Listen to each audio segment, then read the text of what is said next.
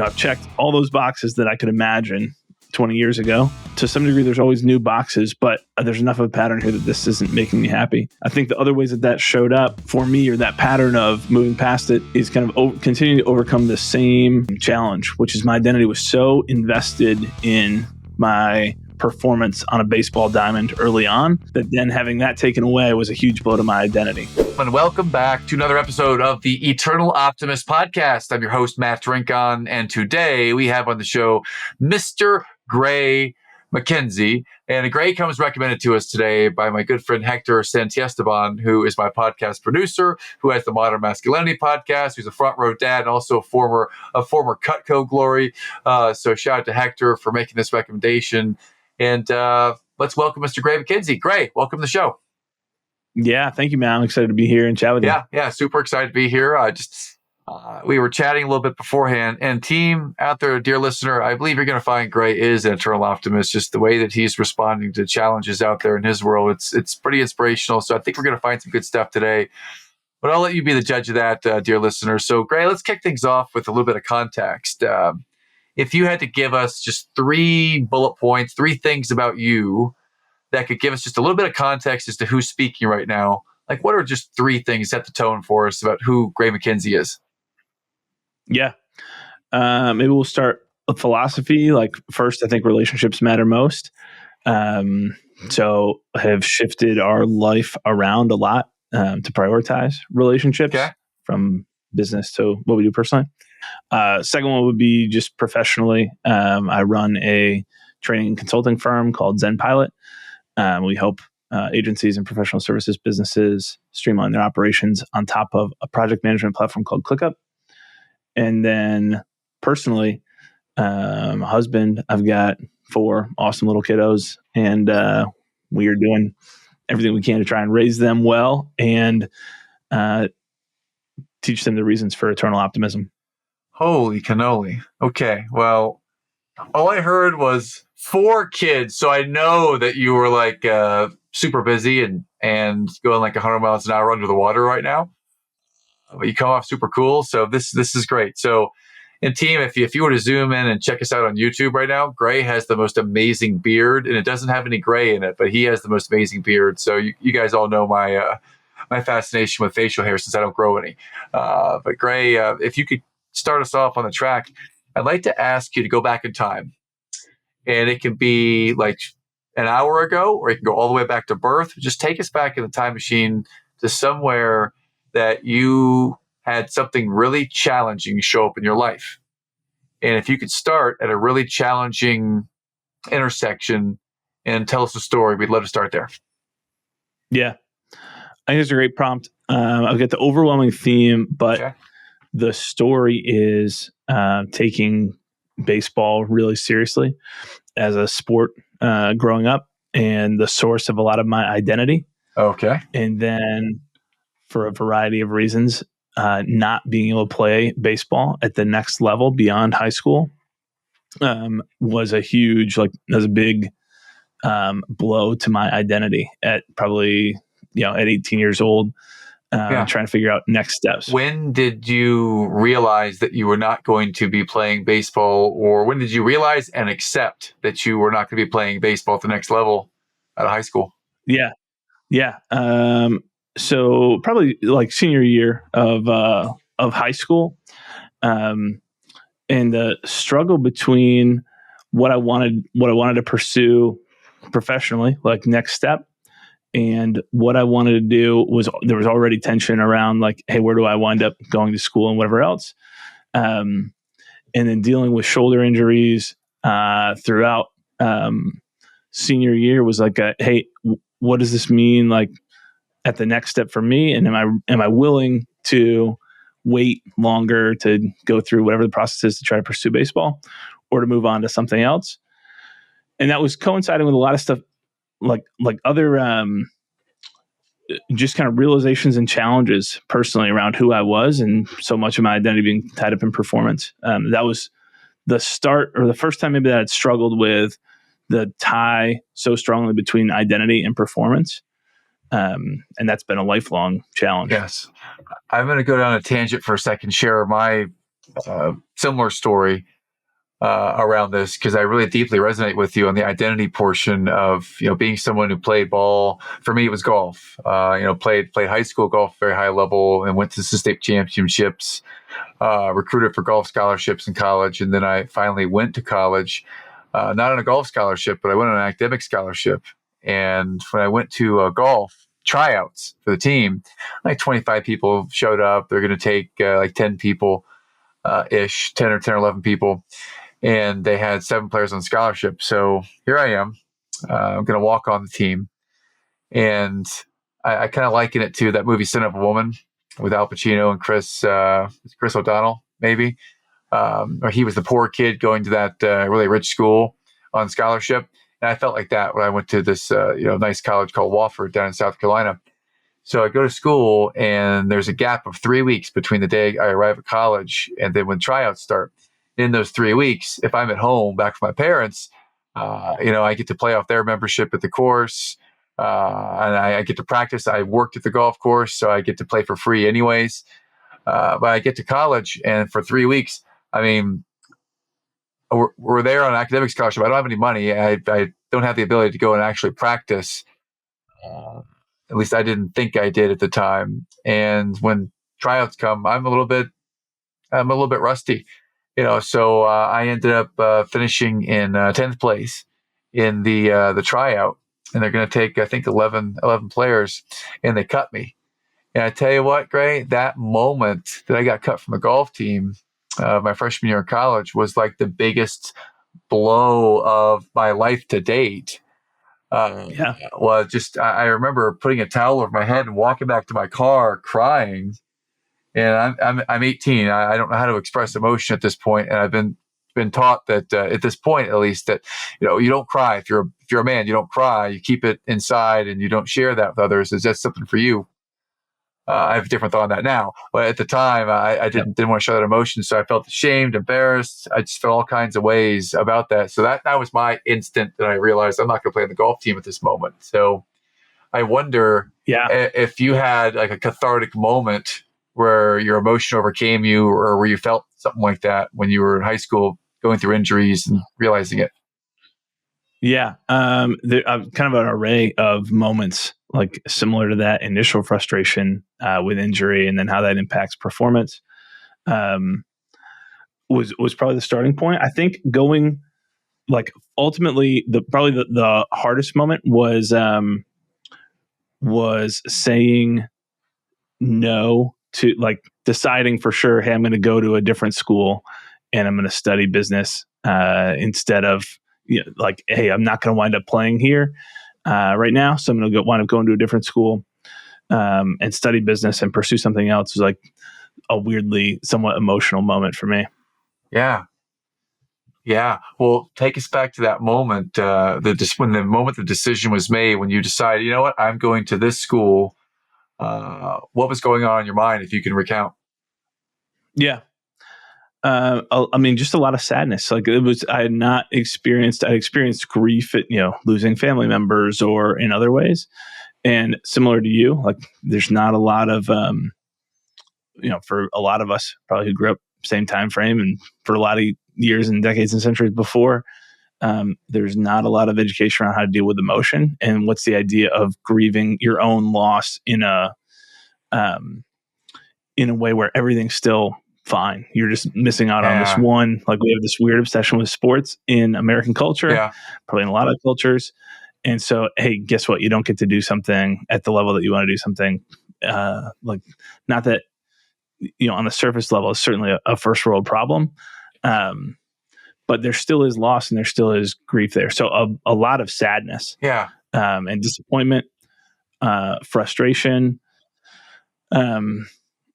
And then I think all of the stages of grief kind of play into it. Like at first, denial, and then so the moments that I remember most were kind of the acceptance moments of, this is really happening. I am making I think that's why that one sticks out to me. Hey, I am making a decision to do something separate here, and to go, like, me signing to go to this, go to Grove City, where I ultimately went for business. Is a move away from like accepting, hey, I'm not ready to play baseball at the next level right now. Yeah. And so that was just a lot of different emotions, Yeah. but a lot of sadness in that moment at the You time. had the key word there. At some point, you accepted it, and for me, at least, that's when I accepted that this is the result that happened. Then I could move on to the next strategy, the next thing. And coincidentally, in that college golf thing, what happened for me, I accepted that I got cut from the team, and I then quickly moved to a place of, how can I keep my golf game there? How can, because this isn't it for me. I'm not done. Right. I'm done for this moment. But how do I continue to move forward? So I ended up going to the coach of the women's golf team and ended up becoming the manager of the women's golf team in college. So I got to go out there and still play golf every day and keep my game sharp. And then I made the team. I was on the team for the next 2 years at Wofford. But I was able to first That's had awesome. to process, but I had to accept that this decision was made and not play victim and not be blaming someone else. I just had to learn to own it myself. And that was really hard. It was really hard for me to do that. But I want to say, on a deeper issue that you had shared, you spoke some real good wisdom, is that you acknowledge that, yes, this is probably a first world problem. Like, it's not the biggest thing in the whole universe. And at the same time, it is big to me, and it's okay to be sad about it. So it's okay that it's not the biggest thing, and it can be saddening for me. It's okay to have both those things present. And how do we deal with it and work through it? And maybe there wasn't a manual or a way that was commonly known a couple decades back on how to do that. But you've done it, and I've done it. And for our listeners out there, it is possible to do that. It is possible to not get what you want and be sad about it and accept it and find a way to move on, overcome, adapt, whatever it is. But Gray has done that. I'm curious, is this resilience, acceptance, this way that you were able to move on, where else has this skill or this awareness shown up in your life since then?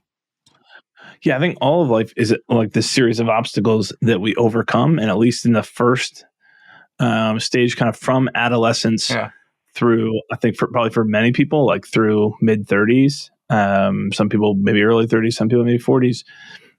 We're on this hunt in this, like, we're pursuing stuff. We're pursuing excellence in whatever our field is, athletics or whatever. And then that shifts into career wise. It's like the big thing is get a job. And then it's, get another job. And then it's find the woman or find your partner. And then it's, buy a house. And there's like this series of obstacles that our culture has laid out that we're trying to pursue and create achievement in.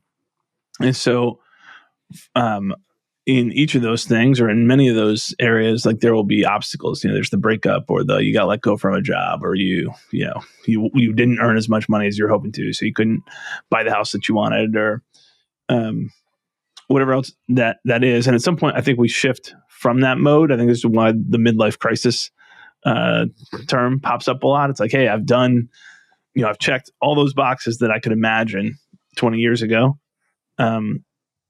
To some degree, there's always new boxes, but there's enough of a pattern here that this isn't making me happy. So anyways, we talk more about that at some point. But I think the other ways that showed up for me, or that pattern of moving past it, is kind of continuing to overcome the same challenge, which is my identity was so invested in my performance on a baseball diamond early on, that then having that taken away was a huge blow to my identity. And then same thing happened, business wise, like our first agency that we built, and then a software business that we built. Identity so lumped into what we're building very early on that a shift in direction or hardship in business, like, it was just the emotional roller coaster, the ups and downs of, if you track the business performance and then my emotional state for the first probably 2 or 3 years of entrepreneurship, like, very, very closely tied together. Yeah. Well, is that because you were forming a new identity as an entrepreneur, and when you were succeeding, you were on high, and when you were challenged, you were really low? Was it tied up in the results like that? I think that's what you're saying. Just want to make sure. Yeah. Okay. Exactly. Yep. Okay. So at what point in your entrepreneurial journey, if you've gotten there, or if this even connects with you, at what point are you able to be identity neutral or identity value centric, or just move to an identity that doesn't quite have as much power over you all the time. Yep. Yeah. Well, I will let you know when I get there. Yeah. But it's much different today than it was in the past. So I don't think it's like, hey, your identity is either fully tied to performance or not at all. So a huge part for me of this journey has been my faith journey as well. Becoming a Christian, learning that, hey, my identity is no longer tied up in how I perform in a specific arena or area. And although I know that to be true, there's still the day-to-day challenge of like living with that freedom. And that was a huge, so I wound up not playing baseball. That kind of, sadness, anger, and grief originally turned into the opportunity to play lacrosse in college, which was, a tremendous relationship building avenue for me. My best friend came from the lacrosse team. We'd started and ran 3 different businesses together. And so there's a lot of blessings in that, but there's this huge moment of freedom that happened between my sophomore and junior year, where I was a third string midfielder my sophomore year in college. Grew a lot spiritually in the summer that I was away, and felt a huge sense of freedom, like a big weight lifted off my shoulders coming back in the fall. Of like, hey, who cares? Like, I'm just going to go out here and have fun and do my best, and whatever happens, happens. Like, I put a lot less pressure on myself and had a lot less weight that I felt like I was carrying. And it felt like, I remember that fall ball, the field just opened up and was seeing cuts that I didn't see before, seeing things that I hadn't seen before. And so that was my first real strong affiliation and experience of, hey, the freedom of my identity not being tied to my performance actually has the positive effect of often improving our performance. What role did your faith play in being able to let go of identity being tied to results? I mean, so you mentioned that becoming a Christian in your faith journey has helped you on the journey. So how exactly did that cut off some of that pressure of being tied to results and identity? Right. So the basically just taking the gospel to heart of the person whose opinion, the only person whose opinion matters of me is God's opinion. And when God looks at me, it's not, here's all the things that you've done wrong today, and here's the few things that you've done right today, and there's this thing, but God is looking at the work of Jesus, the perfect work of Jesus, who died and took my sin for me. And so I've got ultimate freedom. Like when God looks at me today, he sees the righteousness of Jesus that's been imputed to me. And that created this like big sense of freedom then of all the pressure of pleasing other people started to fade away. It's certainly not gone. I still have people pleasing tendencies for sure, but that has diminished greatly compared to, if you were talking to a 17 or 18-year-old Gray, it'd be totally different reaction to disappointing Matt versus today. Well, what would it be like today? Like if I'm a client of yours and you have this feeling that you're disappointing me, like what's different now than, pre-faith or like years ago? Yeah. So I think the fact that I'm disappointing someone bothers me much less. The process still bothers me. So there's still this drive and this call to be excellent that I think is on all of us. So if the process of what we're doing as a company, the process that I've designed or the work that I've done, if I've dropped the balls, that is disappointing and that's frustrating. And I would still feel pressure, and I still would want to do everything I can to rectify that, to be excellent in everything that we're doing. But the fact that someone else is bothered by it is not the primary, like it's not the perception of someone else. That's the main thing that would bother or drive me. It's the, hey, did we fail in the process here or did we not? Good. Well, thank you for walking down that little path with us there. Certainly appreciate the thought of how an identity can be all consuming and be like really high, really low, and through to your maturity, due to your faith. This has been something where your lens is totally shifted on it. I think part of that is if you're open to, well, faith is a huge part for me too. If you're open to faith, if you're open to the idea of this experience is here to teach me something, what is it that I can learn from this? Then Yep. we can turn the tables on the stuff that holds us back now.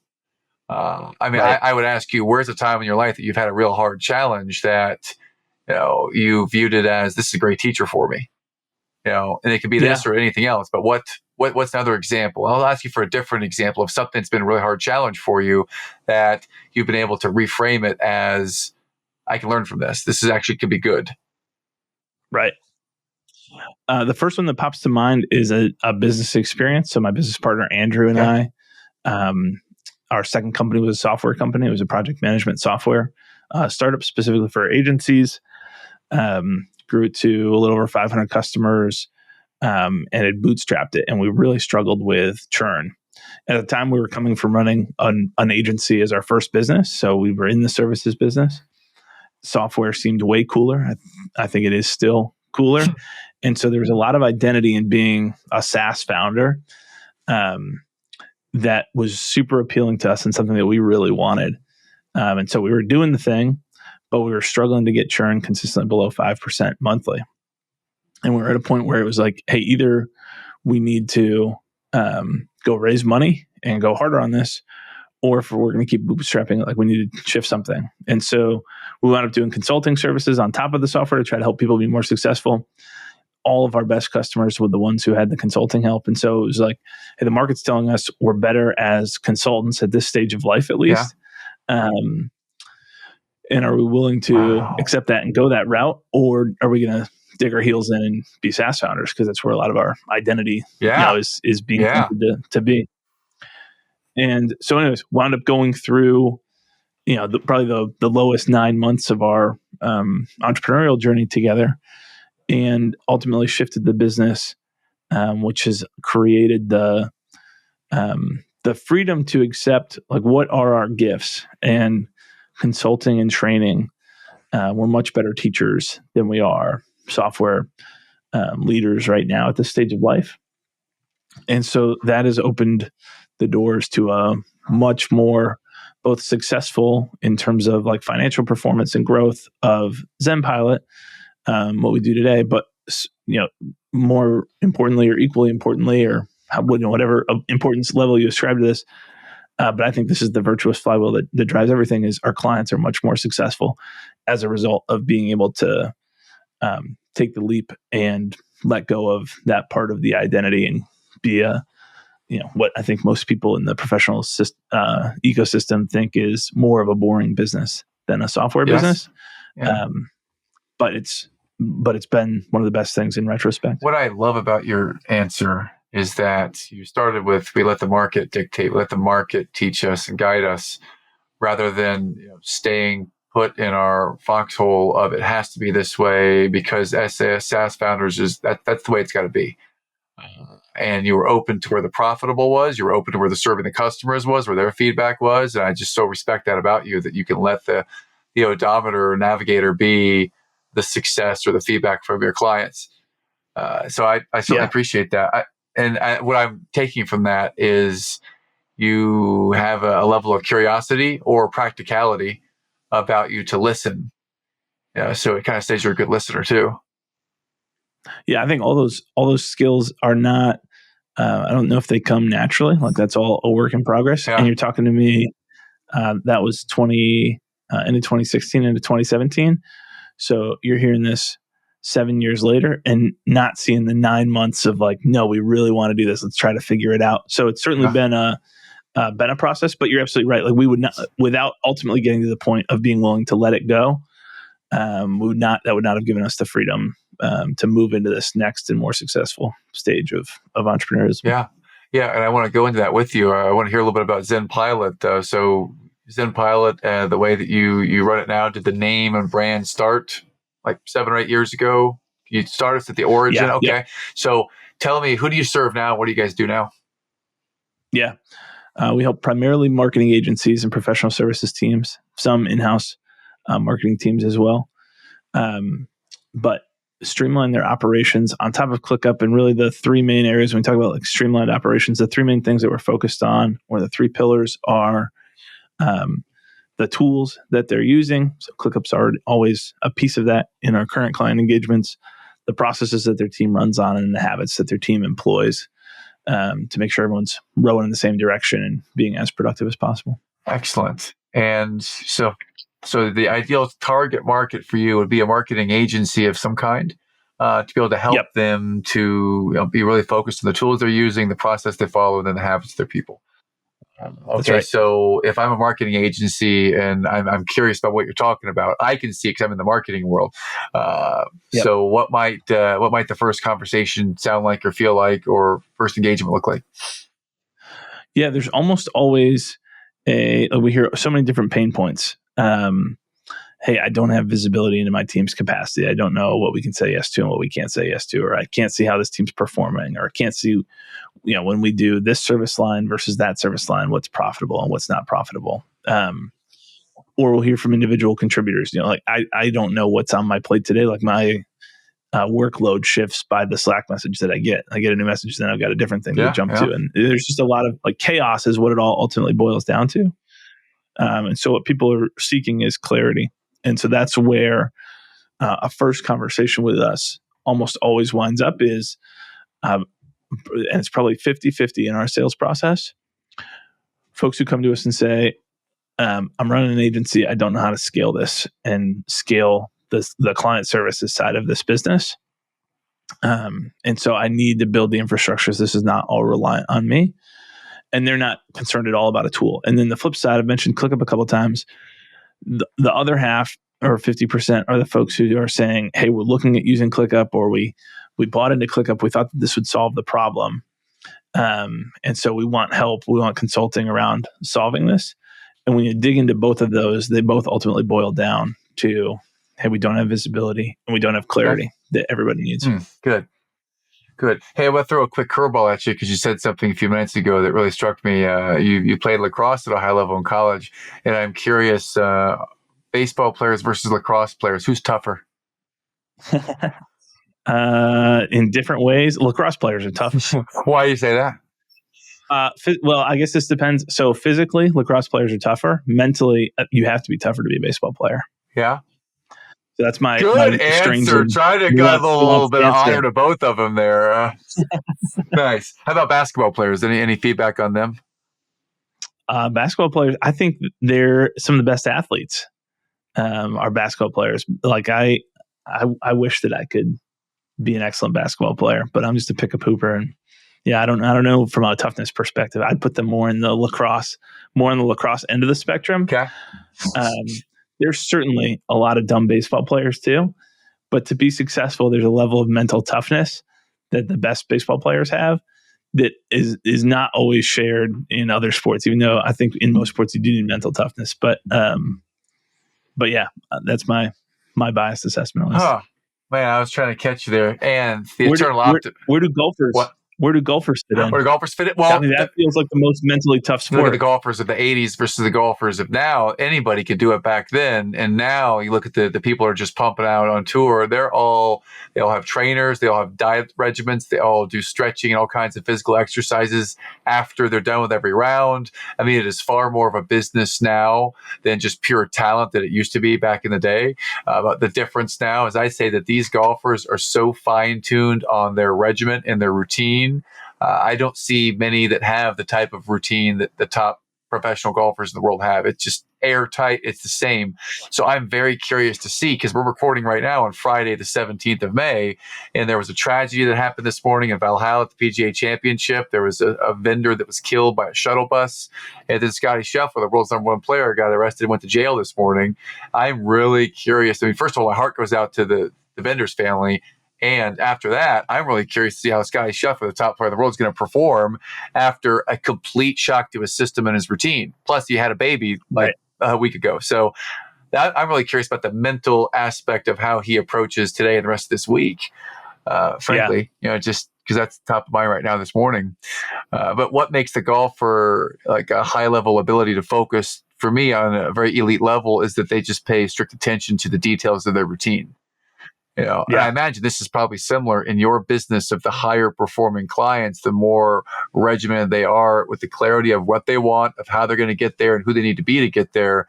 It's probably very similar to what you and I do. I mean, you do it with a specific niche, and I, as a business coach, do it with my own niche. But I would say it's training them and helping them to do the same. Well, I'm going to pause because you got me excited talking about golf. And back to you. Yeah. No, I think that's definitely true. Yeah, I think a lot of the focus, it all comes down to just saying no. And it's probably the same thing in, I just think of baseball. Like, a lot of it is saying no. I'm not going to think about last at bat, or I'm not going to think about even that last pitch. Like, I'm focused on what's coming next. So much of high performing teams is choosing to say no to what we're going to focus on, or what we're going to accept as inputs. Like, what will we tolerate?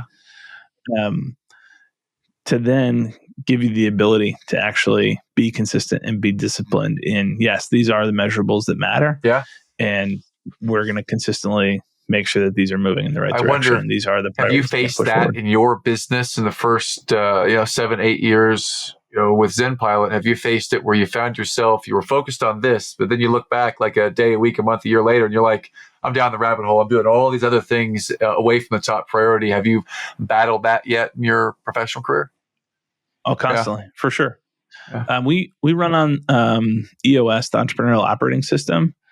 And there are very mixed opinions on that, but I think EOS does do a good job of saying, here's what the scorecard is. Here's how we're going to look at data to run our business. Here's how frequently we're going to look at it. We're going to look at it as a leadership team or as an individual team on every single week.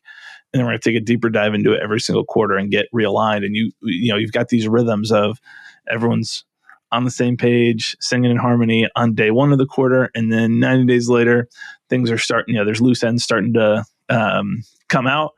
And so that rhythm has been really helpful for us in building a discipline that we did not have in the first couple of years of what we were doing with ZenPilot. Yeah. I'd love to segue into project management, because that's a special skill that you possess. And I wonder how, if you could just start and riff for us for a few minutes here on, project management and what it takes to be like an exceptional project manager and leader in that space. What are your thoughts? Yeah. I think the word that I said earlier, clarity, clarity truly is kindness. And it is the thing that all great project managers are excellent at creating for everyone. So from a executive stakeholder perspective, they're excellent at saying, hey, here's what we agreed upon at a high level. Here are the milestones. Here's the measurables of our success. And you've got real time or consistent basis updates on what that looks like. There's easy visibility and clarity into that. And then on the other side, so you think about the demand and supply, and the project managers sitting in the middle. You've got the stakeholders saying, here's what we want, whether that's a client or that's an internal team. And then you got that's the demand. And then you've got the supply side, which is, what's your team and the resources you're able to marshal to execute that project. And so they're excellent then at each of the demand resources or fulfillment resources, able to give them clarity on, here's exactly what I need from you at a zoomed out level across the length of this project. Here's the high level of what I need you to do. And then at a very granular level, here's what I need you to get done today and move through the process. And the more repeatable those types of projects are, the more efficiency you're creating for yourself. As a project manager, I can now have a project template for how this whole thing's going to play out. And so when you've got more repeatable stuff, that's much easier to do.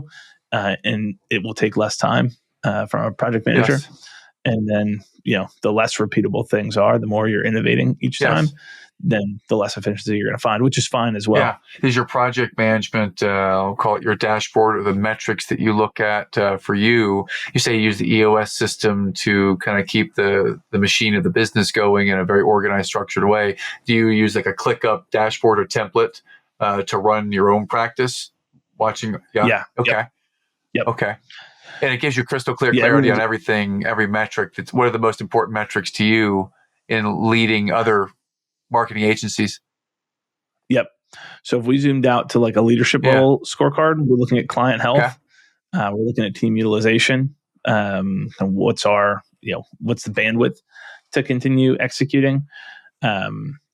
and we're looking at referrals as one of our. So we got two different ways that we're measuring health. One is referrals, how many people are actually telling other people, and then what is the actual client health scores, which we could dig into deeper if it's helpful. Yeah, love to. Love to dig deeper into that, because this is I love going on the rabbit hole on how you measure things, since this is what you're best at. Love to hear what this looks like. Cool. So and then from just a couple other metrics, then we'll go to client health. So in terms of our delivery team and our overall team, we're looking at what's our overall capacity. Yep. Say here's all the hours that we have, our target utilization. So what would that wind up looking like? And then we're looking at how much work is estimated out against our capacity. So of the total capacity that we have, how much is already pre-spoken for as we're looking forward.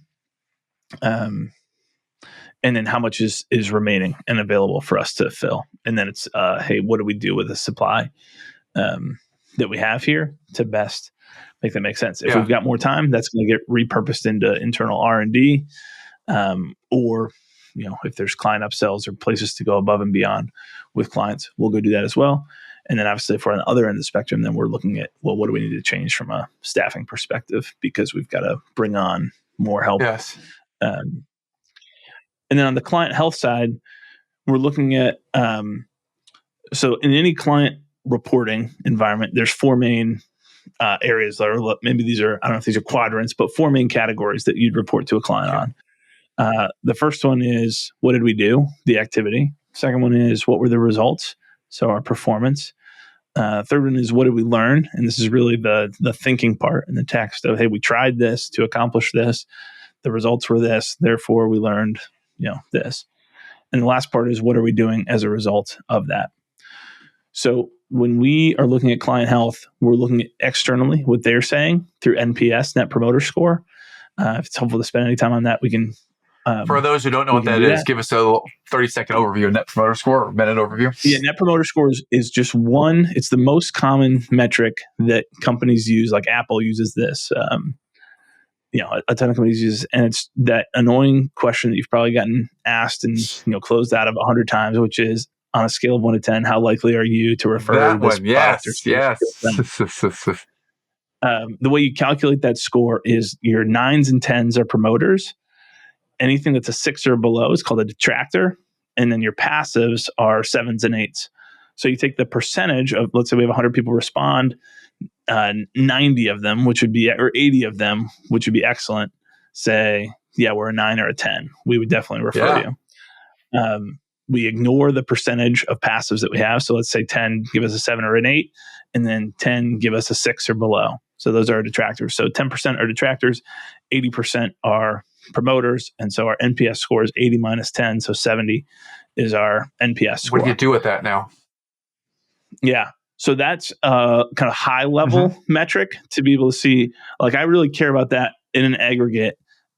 What's the trend over time? Okay. If you're an excellent services-based business, you're in the 60s, probably the low 60s, is like a very good services-based business. If you're a product business, it's generally lower than that. The more high touch, generally the higher NPS, should be as well. So the more luxury you are, more expensive you are, generally higher NPS as well. But I care about how that trends over time. So if I'm working with an agency, or if this was us and we're sitting at 30, then hey, like, unlikely to go to 60 tomorrow, but let's see what the trend over time is, and can we bring that up? What do we need to change?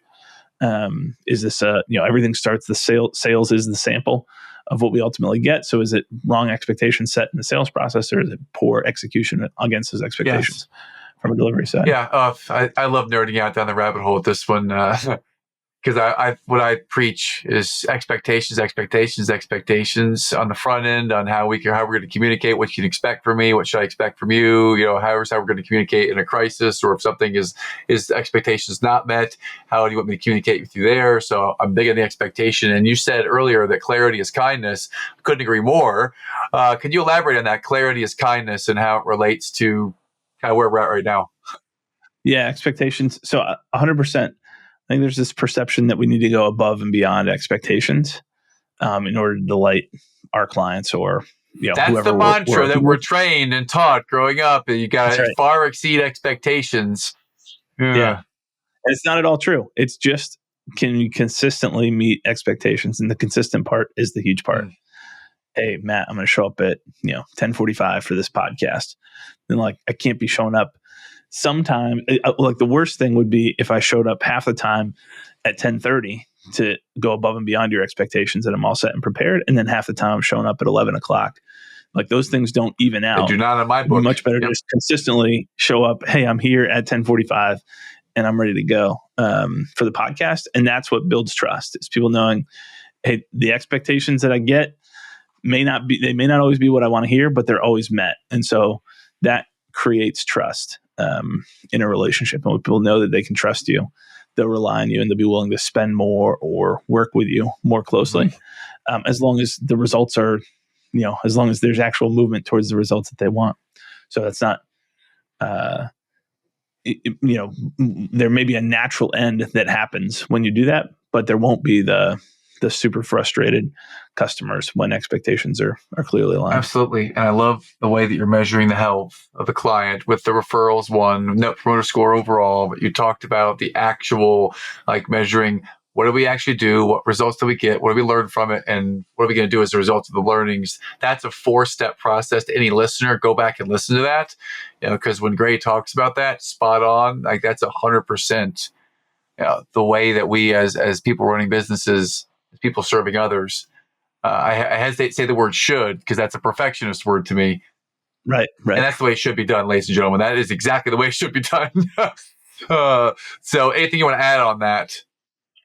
I think from a client health perspective, we use 2 scores that we're balancing against each other. NPS from the client is one. Yeah. We have an internal health score that's assigned by the account manager, whoever's leading the account. Typically on a weekly basis, they answer these 4 questions and then create a client health score for us on a scale of 1 to 5. And this is their perception of the account. There's some rules around it. And what we're looking for is any mismatch between an NPS score that a client gave us and then what our internal team's perception of the account was. But the 4 questions that we're asking that are open-ended questions are, and they try to be prompting questions. So the first one is, why would the client be unhappy with the progress we've made? And so it's not, is the client unhappy? Because you'll get a whole lot of no's, but why forces people to think to the next layer of like, oh, is there anything that would throw them off? Second one is, are you happy with the account? So the client might be totally happy.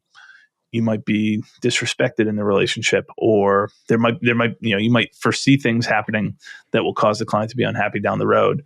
Or it might just be taking up more of your time than you wish it did. Or, there's a number of reasons that an internal person might be unhappy with the account that they're managing.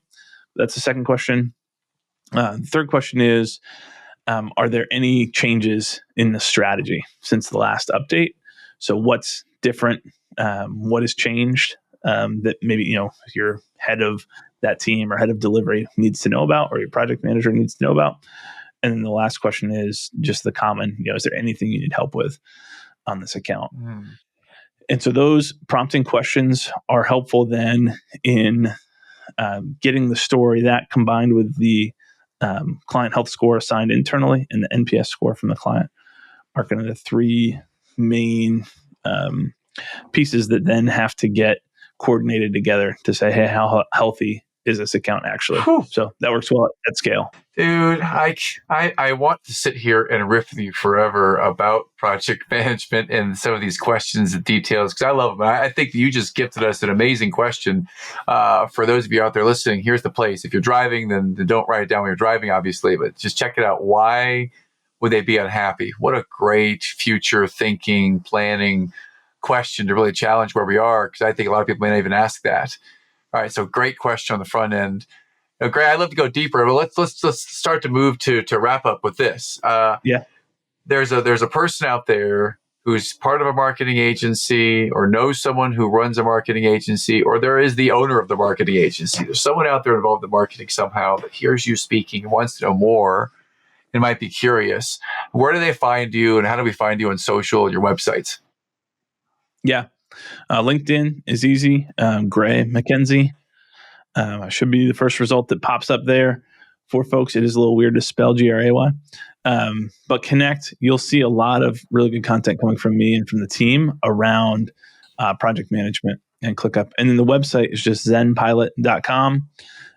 You can book a call from the website and talk to us, but you can also check out we have over 100 educational guides on project management, agency ops, and ClickUp. This is super cool. You got to check out Gray's LinkedIn. I'm looking at it right now. He looks like a rock star on his LinkedIn. I mean, literally, this is pretty cool. It's different. It stands out. He's got a bunch of followers on it. So, this is pretty cool. So, thank you for gifting us with your social accounts. If we want to talk to you directly, do we just email you directly, or we just message you directly through one of your accounts or your website? Yeah, if you go to zenpilot.com/call, okay. You can book a call directly. Okay, there. Sweet.